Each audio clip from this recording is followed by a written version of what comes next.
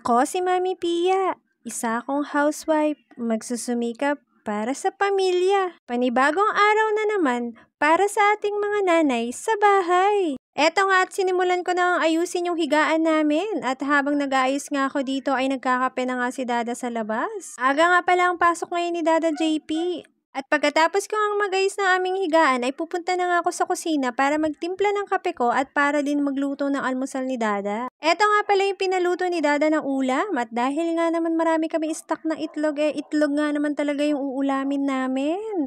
Hehe. At habang si Mama naman ay nakapagluto na ng pasta, o diba? Uulamin namin ay pasta. Hehe. At eto na nga sinisimulan ko na nga magtimpla ng kape. Tara, kape po tayo.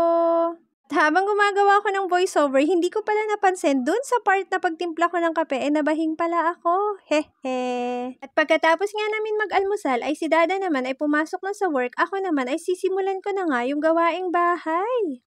Napaka-productive naman ng ating Wednesday ngayon. Ito nga palang egg na to, ilalagay ko na sa ref mamaya after ko nga mag-ayos dito sa table. Simulan natin ang ating Wednesday na masaya.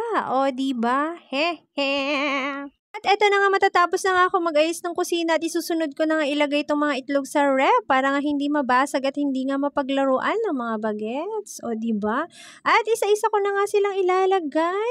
Dahil marami kaming itlog, ay ito nga uulamin namin araw-araw.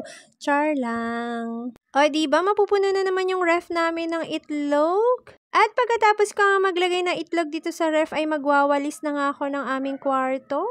At malapit na naman ang pasukan ng mga bata kaya nga naman talaga naglilinis-linis na ako dahil kapag nagbabantay nga ako sa aming bunso ay bihira nga ako makapaglinis dito sa bahay.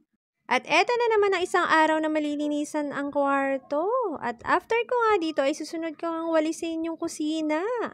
At pagkatapos ko nga maglinis ng bahay ay maya-maya ay may aasikasuhin pala ang inyong mamshi. At eto nga, hindi ko na nga naipakita sa inyo yung pag-alis ko kanina at nandito na nga pala ako ngayon sa Robinsons Mall. Dito lang yan, sa Santiago City.